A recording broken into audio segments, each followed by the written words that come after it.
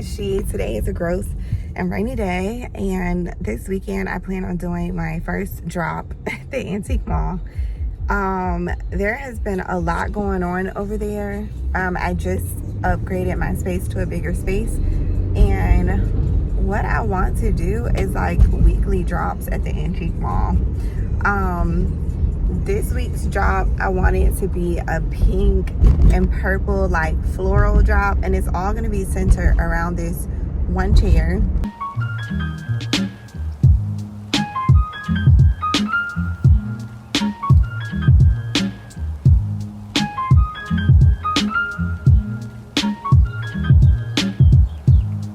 I want pinks, golds, purples, greens. Okay, those antique doors that I bought in Portsmouth last week, I put L brackets on them.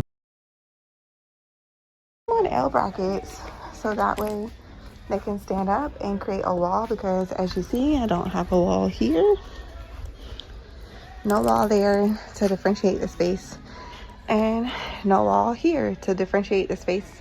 5 of them for $150. And I really want to message the guy and see if he has more, but those doors are so freaking heavy. So this weekend what I want to do is like a vignette in the center of my booth, and I want to just drop the whole collection. So what I'm going to do is set it all up like on Thursday, and then I'm going to take pictures of it and put up on Facebook Marketplace like Friday morning, and that way people can just shop the entire collection. And then whatever doesn't sell over the weekend, I plan on just listing individually on Facebook Marketplace, and I feel like that's the best way to go. Artwork has been selling really quickly. I've been sourcing a lot of my artwork from thrift stores and Facebook Marketplace, just finding really good deals on oil paintings, on just cool mirrors, all types of stuff. So what I try to do is just create like a cohesive theme, because I feel like when you keep everything cohesive, things stand out more to people and they buy them. Also, I'm trying to think, like, where am I going right now? I went to the pawn shop and I bought an Alexa. So the Alexa, guys, is for the booth. I got it for $15. It was the Amazon Echo Dot for 15 bucks.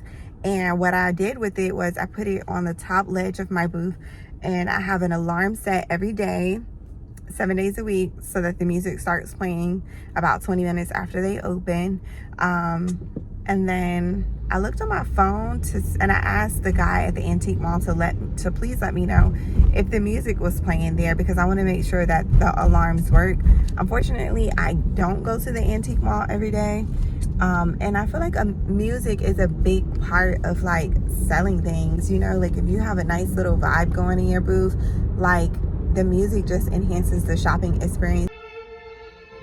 All right, guys, so here's what my booth looks like. I really need to move that deer over into the center of the frame, but it almost killed me once, so today I'm just gonna leave it.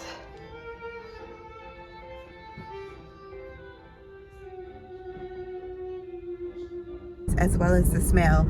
And so I noticed in the back of the antique mall there's like a dank kind of like dungeony smell, and I personally don't like it. So I have a couple oil warmers at the house, and I'm gonna put one on the top ledge with the little wax cubes and do like sandalwoods, leather scents, tobacco, like stuff that just smells like rich and kind of tantalizes the senses, because I feel like scent is a huge part of a sale. You know, that's why we go crazy in Bath and Body Works and buy all that stuff, because it smells amazing. So one idea that I really want to implement, which is a little teeny bit nuts for me, because sometimes I really don't feel like dealing with people. I just don't.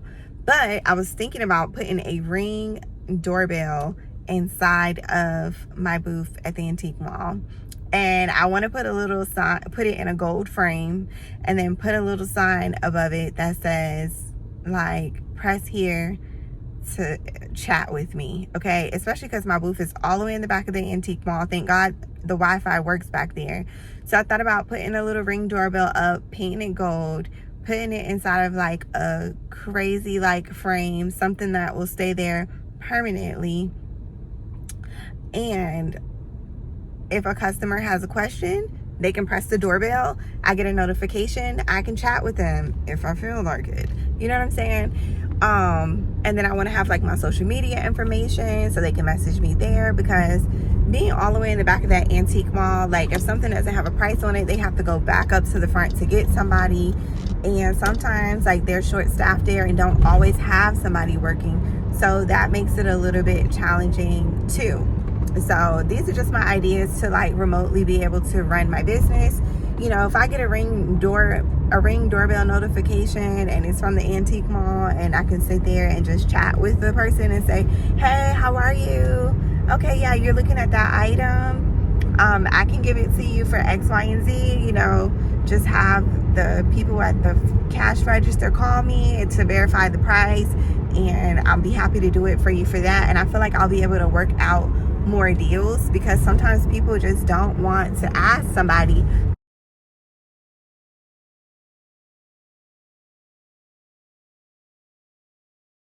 I think a lot of people probably walk away from items that they might have wanted to negotiate a little bit on. So it's just something I want to try. I'm gonna be looking on Facebook Marketplace to see if I can find like a super inexpensive doorbell, and if I'm able to find like one pretty cheaply, I'm definitely gonna try this idea out. If it gets to the point where people are just ringing the doorbell for like dumb shit, or you know, I don't really feel like being client facing, or it's not working for me, it would be nothing for me just to remove the doorbell and to resell it, because those things are popular and they sell pretty inexpensively.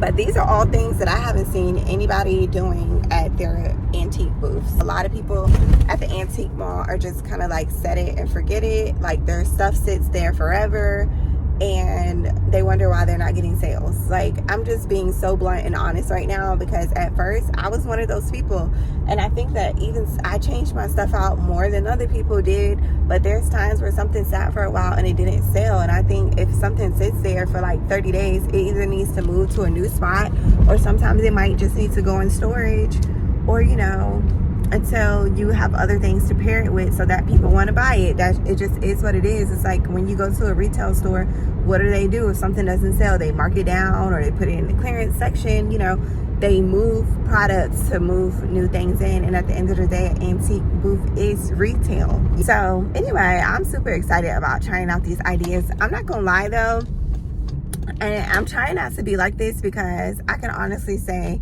there have been so many people at the antique mall who have helped me out, whether, you know, it was something physical they did for me or an idea they gave me. Even like the lights in my booth, a lady that sells in the back of the antique mall was like, you know, I just did this light situation and it works. And I was telling her, I was like, I don't think that's going to be enough light for me. And she was like, I totally understand. But then I actually I tried a few things that didn't work out. So I ended up going to Lowe's, buying the same lights that she did. I spray painted them an antique bronze, but I chose to use a different bulb. And I used like the Reveal HD bulbs, because honestly, they are so bright and just clean, and they just really help to illuminate my lighting. And I think the reason why I didn't really care for her lighting was because she used warm light bulbs, and I'm not really a fan of that. I want like as close to daylight as possible, because your stuff just displays better, you know. So the way that I positioned them, I feel like my space is nicely illuminated. There are a few areas of my booth that I still feel like are dark, so I'm gonna have to play around with it a little bit. But at this point, it is what it is. But anyway, the point I was trying to get to is like there's a girl who ended up taking over my space at the antique mall, and she came over to me while I was working in my booth, and she was kind of like, how did you put your paper on the wall? Okay, not a big deal, because the lady across from me, her name is Kim, she put out wallpaper in her booth, you know what I mean? And that was something that I did first. I didn't see anybody else in the antique mall use wallpaper, period. Everybody had pegboard that they just painted, you know, and that's not an original idea. I'm sure somebody else out here in the world has thought to do that before me. But it was just like, girl, don't be asking me about my ideas, and you taking over my space and you want to do my ideas. Like, I ain't really like that. But I had to check myself, because I have borrowed a few ideas from other people. For example, like the antique doors with the L brackets. I watched the turn leg on YouTube. She did that. So it's like, I'm not the only person in the world that has come up with these ideas. But I will say, at the antique mall, I feel like, and I have heard, and just observation, if you walk through there, it's obvious, like the ideas that I play around with, no one else has done them at that particular antique mall. The antique doors, there's plenty of people in there with antique doors, but nobody's done boxwood. No one's done like put up paper and actually painted it and put a wall texture on it so that it looks like a wall. Like, no one has done any of that stuff. So I just felt like, I don't know, when she asked me that, I ain't gonna lie, at first I felt some kind of way, and then I had to check myself because I was like, people were gracious enough to share ideas with you, so you need to share ideas with other people, and it's okay, because sharing ideas with other people is not going to take away from your business. You know, she's selling completely different stuff from you, like, but I can be honest, you know, and admit that it made me feel some kind of way. So I was just like, ooh, you know, whatever. I guess this video is just me sharing my thoughts with you because it's a gloomy, ugly day today, and I'm on my way to a couple of thrift stores. I'm only gonna hit thrift stores down this one road today. So I'm gonna go to 1, 2, and then there's a vintage shop I'm gonna go to pick up some paint. So guys, I completely forgot to do an outro to this video, so please forgive me. But yeah, no outro here. Just giving you another little booth eye candy.